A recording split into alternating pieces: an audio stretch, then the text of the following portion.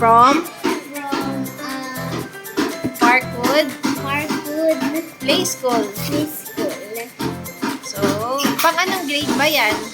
Grade 1. Bakit pang grade 1? Kasi malapit na ako mag-grade 1. So, yan yung trial box ng Parkwood Play School. So, anong laman? Patingin. Na-miss mo ba yung homeschool box? I don't know. You don't know? Pero excited ka mag-open. Yep. Ano yan?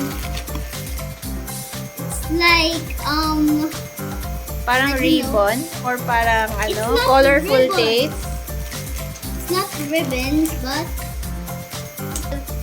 Ano yung label doon sa plastic? Kasi- mape. Mape. Okay. Yung iba, basahin mo yung And ibang also label. there's these things. Maybe I'm gonna get that dog again soon. Okay. O yung iba, basahin mo yung iba. Basahin mo muna yung ibang labels. Pakita mo School sa... supplies. Aba, ano pa yan? Social studies. Social studies. Social Studies. Ano pa? What else? Ano label niyan? Science. Science. Ano pa? I couldn't even see it finish, but it's fine. I can still read it. O, ano yan? Oh, flashlight. Sa tingin mo, saan natin gagamitin yung flashlight? You just have to put it up, but putting it down, it doesn't work. Okay, turn off mo na. And another one. Dalawa. Gagamitin mo yan sa science. Okay. Turn off mo na. Okay.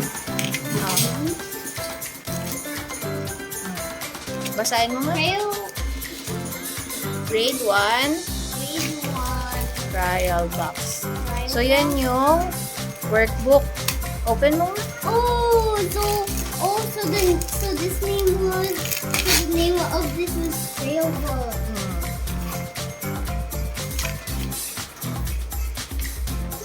Okay. So, yan yung mga activity sheets. Okay.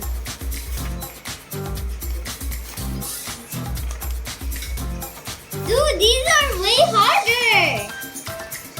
Ganun talaga. Grade 1 ka na eh. I'm not at grade 1. Teacher, Malapit you na. said that- Oh, yeah. Malapit na. Oh, this, Ayan. Basahin mo. Ano yan? Read the label, please.